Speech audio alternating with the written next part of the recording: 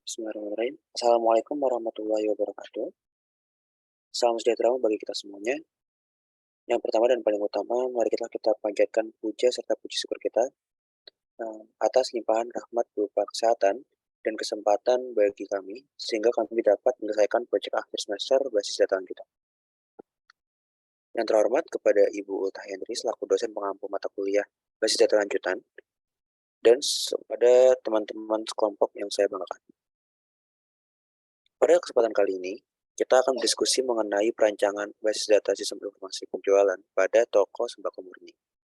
Sebelum itu, izinkan saya memperkenalkan anggota kelompok 7, yaitu saya sendiri Afan Abdullah, lalu ada rekan saya, Saudara Agisni Bisnillahi, Saudari Amelia Rahayu, dan Saudari Azhara Putri Mahar. Next. Untuk mempersingkat waktu, pembahasan akan disampaikan langsung oleh Saudari Zahra tentang perancangan basis data sistem informasi penjualan toko sembako murni. Kepadanya saya persilakan. Baik, terima kasih. Selanjutnya, proses perancangan basis data yang dilakukan pada toko sembako murni.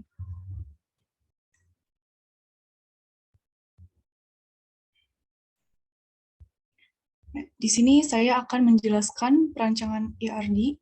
Untuk perancangan IRD, kami memakai 5 relasi dan 8 entitas, yaitu ada entitas pembelian, detail pembelian, pelanggan, barang, penyuplaian, detail penyuplaian, dan pemasok. Lalu di sini terdapat entitas pembelian, yang dimana atributnya itu ada tanggal beli, ID pelanggan, nomor beli. Lalu di entitas detail pembelian, terdapat atribut nomor beli, jumlah beli, dan kode barang. Lalu di entitas pelanggan, itu ada ID pelanggan, nama, telepon, dan alamat. Lalu di detail barang, terdapat atribut harga jual, kode barang, dan nomor supply. Lalu di entitas barang rusak terdapat atribut kode barang, jumlah rusak, nomor supply, ID retur, dan tanggal retur. Lalu di entitas barang terdapat atribut kode barang, nama barang, satuan, dan jenis barang. Lalu di entitas penyuplaian terdapat nomor supply, tanggal supply, dan ID pemasok. Lalu di entitas pemasok terdapat atribut ID pemasok, nama, alamat, dan telepon. Lalu yang terakhir ada entitas detail penyuplaian yang atributnya itu kode barang, jumlah beli, nomor supply, dan harga supply. Untuk relasi kardinalitasnya itu di setiap satu pembelian memiliki banyak detail pembelian. Lalu banyak pelanggan membeli satu barang dan setiap satu barang itu memiliki banyak detail barang. Dan setiap detail barang ini memiliki banyak barang rusak. Dan barang tersebut didapat dari pemasok, di mana banyak pemasok ini menyuplai banyak barang. Lalu di setiap penyuplaian itu memiliki banyak detail penyuplaian. Penyampaian selanjutnya akan dibawakan oleh Agisni. Baik, terima kasih Azhara. Di sini saya akan menjelaskan tentang pengubahan IRD ke LRS. Di sini kita mempunyai tabel pelanggan dengan primary key-nya ID pelanggan yang akan dikirim ke tabel pembelian. Lalu di tabel pembelian terdapat primary key nomor beli yang akan dikirim ke tabel detail pembelian. Selanjutnya kita memiliki tabel barang di mana primary key-nya yaitu kode barang yang akan dikirim ke tabel detail barang, barang rusak, dan detail penyuplai.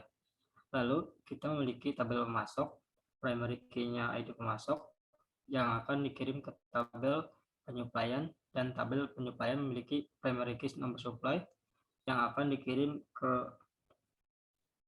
tabel detail penyuplaian dan barang rusak.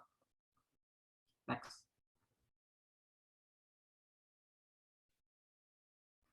Selanjutnya kita akan mengubah LRS ke bentuk tabel. Yang pertama kita mempunyai tabel barang, primary key-nya kode barang, dan terdapat 4 field. Yang pertama kode barang, tipe datanya varchar, panjangnya 10. Yang kedua ada nama barang, tipe datanya varchar, panjangnya 50. Yang ketiga jenis barang, tipe datanya varchar, panjangnya 20. Yang keempat ada satuan, tipe datanya varchar, panjangnya 10. Next. Tabel kedua ada detail barang, terdapat foreign key, ada 2, yang pertama kode barang dan nomor supply, dan terdapat 3 field. Yang pertama kode barang, tipe datanya varchar, panjangnya 10. Field yang kedua ada nomor supply, tipe datanya varchar, panjangnya 10. Dan yang ketiga ada harga jual, tipe datanya double.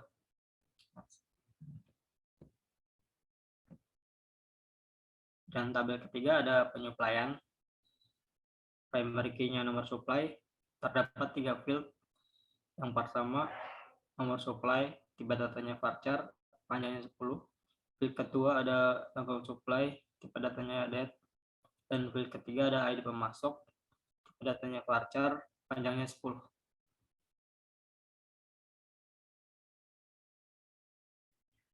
Di tabel keempat ada detail pensuplaian, terdapat foreign key. Yang pertama ada nomor supply, dan yang kedua ada kode barang. Dan lalu terdapat 4 field. Yang pertama ada nomor supply, tipe datanya varchar, panjangnya 10. Field kedua ada kode barang, tipe datanya varchar, panjangnya 10. Field ketiga ada harga supply, tipe datanya double. Dan field yang keempat ada jumlah supply, tipe datanya integer. Di tabel kelima ada pelanggan, primary key-nya ID pelanggan, terdapat 4 field. Field yang pertama ID pelanggan, tipe datanya varchar, panjangnya 10. Field kedua ada nama, tipe datanya varchar, panjangnya 50. Di field ketiga ada alamat, tipe datanya varchar, panjangnya 50. Dan field keempat ada telepon, tipe datanya varchar, panjangnya 20.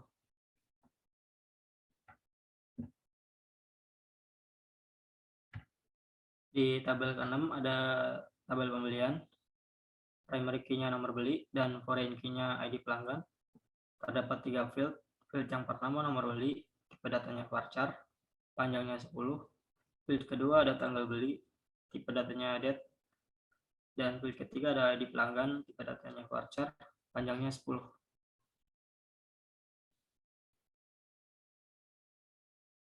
Di tabel ke-7 ada detail pembelian, terdapat foreign key, nomor beli, dan kode barang. Dan ada 3 field. Yang pertama nomor beli, tipe datanya varchar, panjangnya 10. Field kedua ada kode barang, tipe datanya varchar, panjangnya 10. Dan yang field ketiga ada jumlah beli, tipe datanya integer.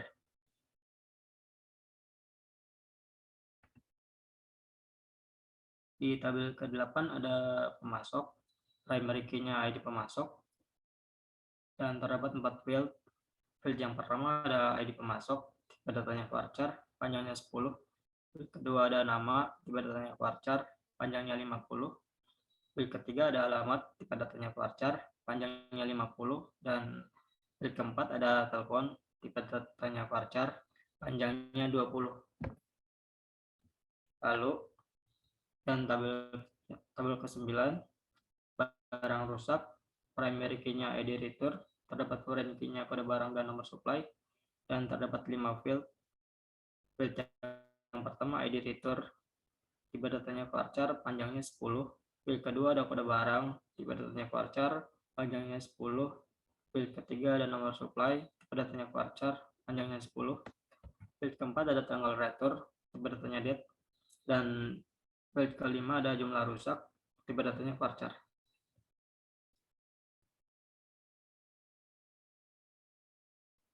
Baik, selanjutnya akan dijelaskan oleh Amelie. Baik, terima kasih Agis. Selanjutnya ada menentukan apakah DBMS yang dirancang terpisah atau menyatu dengan aplikasi.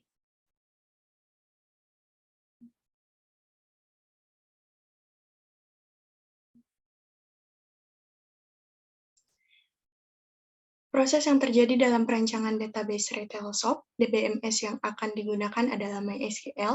DBMS ini dirancang menyatu dengan aplikasi dan program ini berjalan sebagai server yang menyediakan multi-user untuk mengakses ke sejumlah database. MySQL merupakan database management system atau sering disingkat dengan DBMS yang dijalankan menggunakan perintah SQL atau Structured Query Language yang digunakan untuk membuat aplikasi berbasis website. MySQL memiliki fungsi untuk mengelola, membuat database dari sisi server yang memuat berbagai informasi dengan menggunakan bahasa SQL. Selanjutnya ada menentukan DBMS yang akan digunakan, jelaskan dari segi aspek teknis, ekonomi, politik, dan organisasi. Database Management System atau DBMS yang digunakan pada proses perancangan database retail shop untuk toko sembako murni adalah MySQL, berupa aplikasi XMPP.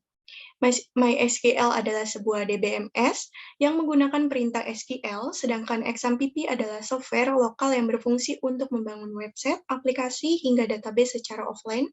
Dalam pemilihan database ditentukan faktor-faktor berikut ini. Yang pertama ada aspek teknis, struktur penyimpanan dan jalur akses yang mendukung DBMS, pemakai, dan lain-lain, tipe interface dan programmer, tipe bahasa query.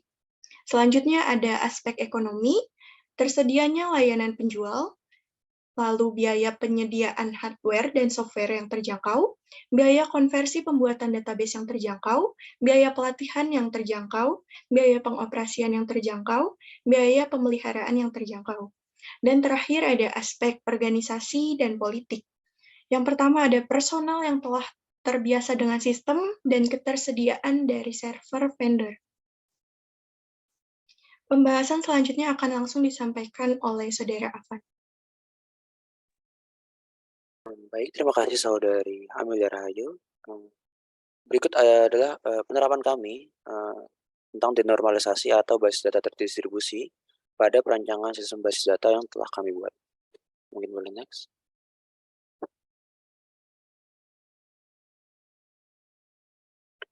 Baik, ini berikut adalah hasil binaria SQL kami ketika kami telah membuat berbagai tabel pada database kami. Bisa kita lihat di sini ada tabel barang yang terdiri dari beberapa field seperti kode barang dan lain-lain menggunakan engine InnoDB dan charset UTF-8 MPM4 dan general CI. Engine dan charset ini kami terapkan di beberapa tabel juga seperti barang rusak, detail barang, detail pembelian, detail penyeplaian, pelanggan, pemasok. Mungkin boleh next.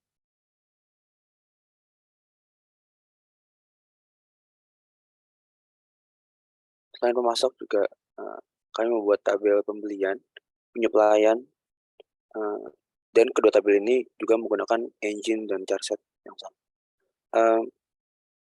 Selanjutnya kami juga membuat yang memberikan primary key pada setiap tabel, di mana contohnya seperti tabel barang, kami menambahkan primary key pada kode barang. Tabel barang rusak, kami tambahkan primary key adirator. Detail barang, kami menggunakan nomor supply sebagai primary key. Tabel detail pembelian, kami menggunakan origin key, kode barang dan nomor beli. Detail penyeplaian, kami menggunakan nomor supply sebagai origin key. Tabel pelanggan, kami menambahkan primary key pada ID pelanggan. Tabel pemasok, kami menambahkan primary key pada ID pemasok. Tabel pembelian, kami menambahkan kunci primary key untuk nomor beli dan origin key pada ID pelanggan. Tabel penyeplaian, kami menambahkan nomor supply sebagai sebagai primary key dan ID pemasok sebagai origin key. Serta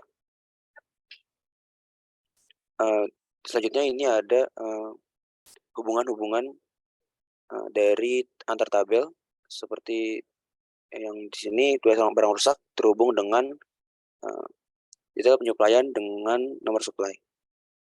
Mungkin boleh next.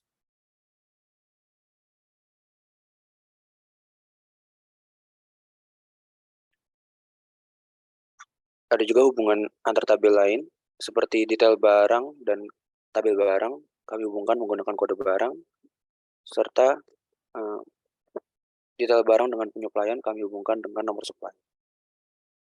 Lalu detail pembelian kami hubungkan dengan tabel barang menggunakan kode barang,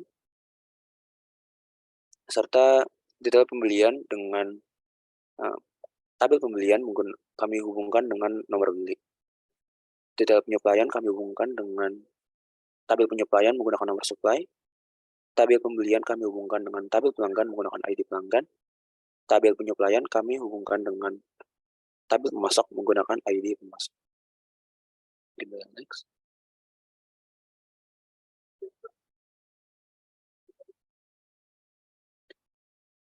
Ini adalah hasil desain relasi yang kami buat dari exam, di mana seperti yang tadi saya paparkan, tabel-tabel ini saling terhubung dengan primary key dan origin key-nya masing-masing.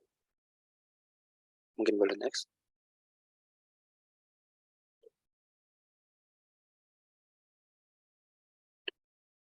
Adapun tabel database yang kami buat ini menggunakan penerapan dan normalisasi karena beberapa ketentuan tertentu.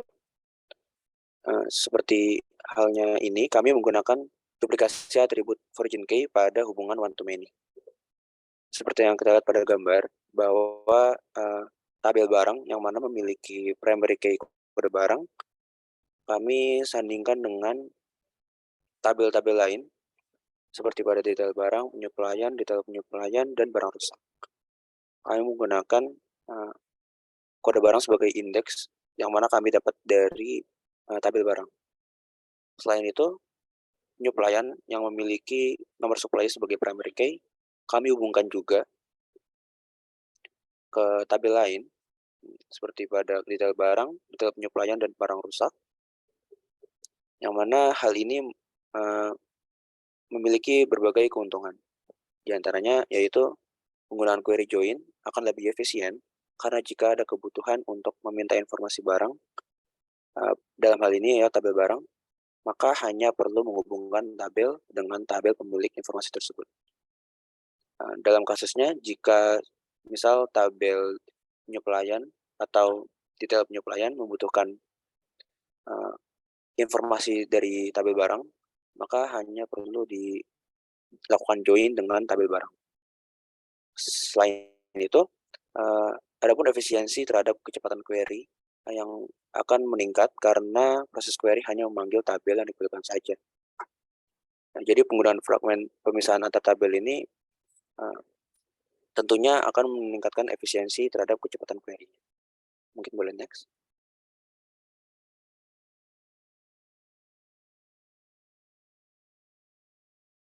Baik, namun dari penerapan denormalisasi pada hal ini kami juga mendapati berbagai resiko.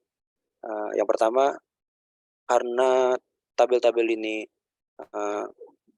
banyak kita hubungkan dengan primary key dan origin key, maka perlu sinkronisasi karena jika pengguna dengan akses update melakukan perubahan kode barang dan nomor supply, maka seluruh tabel yang membutuhkan data terkait perlu diubah juga. Jadi karena ini kami selalu menggunakan join antar tabel, jadi jika ada update dari tabel barang, maka perlu ada update pada setiap kode terkait. Selanjutnya, penggunaan origin key kode barang dan nomor supply menjadi wajib, sehingga setiap relasi akan dilakukan matching pada setiap origin key. Mungkin boleh next.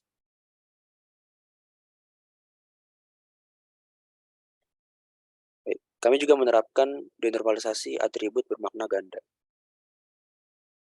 Harga jual adalah atribut yang memberikan informasi harga suatu barang yang dibeli. Nah, dalam hal ini kami menggunakan tabel detail barang. Jika barang yang dibeli sedang ada promosi atau sedang cuci gudang, maka harga jual pada barang ini didapat dari harga supply yang diagregasi dengan jumlah stok. Jika barang yang dibeli tidak ada promosi, maka harga jual barang tersebut didapat dari agregasi harga supply dengan jumlah stok serta margin keuntungan. Jadi, kami menggabungkan harga jual entah yang didapat dari harga promosi ataupun tidak ke dalam satu field, yaitu harga jual. Mungkin boleh next. Dalam hal ini tentu ada beberapa keuntungan yang bisa didapat, yaitu dengan tidak adanya pemisah antara barang promosi atau bukan, penggunaan tabel akan lebih efisien. Lalu jika harus dipisah, maka diperlukan sebuah tabel yang mengidentifikasi setiap barang yang sedang dalam masa promosi. Jadi untuk mengurangi pemborosan performa relasi, hal tersebut tidak kami perlukan.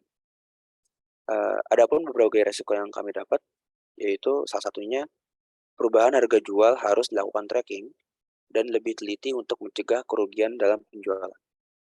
Maksudnya, jika dalam detail barang ini kita perlu teliti lebih lanjut apakah harga jual yang tertera adalah harga promosi atau barang non promosi.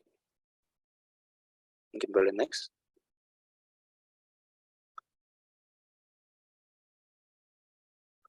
Selanjutnya akan disampaikan oleh saudari Zahra. Kepadanya saya persilakan. Baik, terima kasih. Selanjutnya menentukan pemilihan perangkat lunak pembangun aplikasi.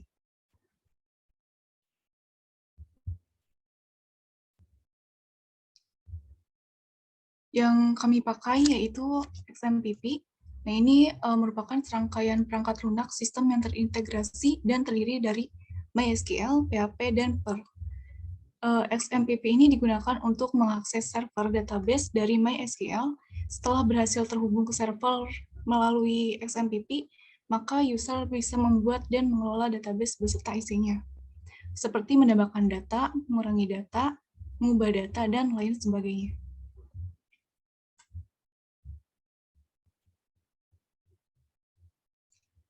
Selanjutnya yaitu PHP-MyAdmin. Nah, ini adalah aplikasi berbasis website yang menunjang penggunaan XMPP serta menjalankan fungsinya secara graphical user interface. Aplikasi ini dibangun menggunakan bahasa pemrograman, yaitu PHP, HTML, dan CSS. Untuk selanjutnya akan saya kembalikan kepada moderator. Oke, terima kasih saudari Zahra. Terima kasih juga kami sampaikan. Kami mohon maaf apabila ada kekurangan baik dari penyajian materi yang telah kami sampaikan maupun dari cara kami menyampaikan materi tadi. Semoga materi yang kami sampaikan ini bermanfaat sedikit banyaknya dan semoga ini dapat menambah wawasan kami dalam hal basis data lanjutan ini. Amin ya rabbal alamin.